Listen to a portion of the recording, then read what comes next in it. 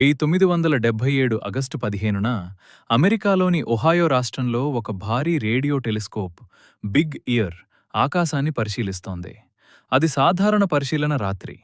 అంతరిక్షం నుంచి వచ్చే సహజ రేడియో తరంగాలను రికార్డ్ చేయటం మాత్రమే లక్ష్యం. కానీ అకస్మాత్తుగా 72 సెకన్ల పాటు ఒక అసాధారణమైన రేడియో సిగ్నల్ నమోదైంది. అది యాదృచ్ఛిక శబ్దం కాదు, అది విస్తరించిన శక్తి కాదు, కాదు, అది చాలా క్రమబద్ధమైనది. ఒక నిర్దిష్ట ఫ్రీక్వెన్సీలో బలంగా ప్రసరించింది. ప్రకృతిలో సాధారణంగా కనిపించని స్థిరత్వం అందులో కనిపించింది. ఆ డేటాను పరిశీలించిన ఖగోళ శాస్త్రవేత్త జెర్రీ ఈహమన్ ఆ ప్రింటౌట్ పేపర్ పక్కన ఒక మాట రాశారు. వావ్! ఆ ఒక్క మాటతో ఆ సంఘటన చరిత్రలో నిలిచిపోయింది.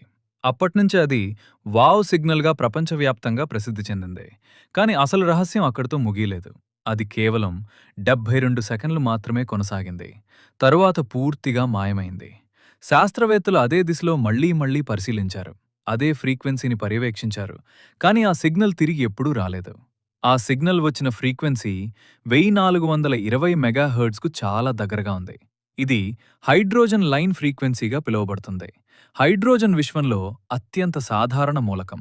చాలామంది శాస్త్రవేత్తలు ఒక సిద్ధాంతాన్ని ముందుకు తెచ్చారు. ఒకవేళ తెలివైన జీవులు విశ్వంలో ఎక్కడైనా ఉంటే వారు కమ్యూనికేషన్ కోసం ఇదే ఫ్రీక్వెన్సీని ఎంచుకునే అవకాశం ఎక్కువ. ఎందుకంటే ఇది విశ్వవ్యాప్తమైన శాస్త్రీయ సూచిక. అంటే ఈ ఎంపిక యాదృచ్ఛికం కాకపోవచ్చు. ఇది ఉద్దేశపూర్వకమైన సంకేతం కావచ్చని కొందరు భావించారు. కానీ మరికొందరు శాస్త్రవేత్తలు ఇది సహజ ఖగోళ సంఘటన కావచ్చని వాదించారు. ఒక ధూమకేతువు లేదా అంతరిక్ష వాయుమేఘం కారణమై ఉండొచ్చని సూచనలు వచ్చాయి. అయినప్పటికీ పూర్తి స్పష్టత ఎప్పుడూ రాలేదు. ముఖ్యంగా ఒక ప్రశ్న మాత్రం ఇంకా నిల్చే ఉంది. ఎందుకు కేవలం ఒక్కసారి మాత్రమే? ఒకవేళ అది ఒక తెలివైన నాగరికత పంపిన సంకేతమైతే అది ఎందుకు కొనసాగలేదు? లేక అది ఒక పరీక్ష అయి ఉండొచ్చా?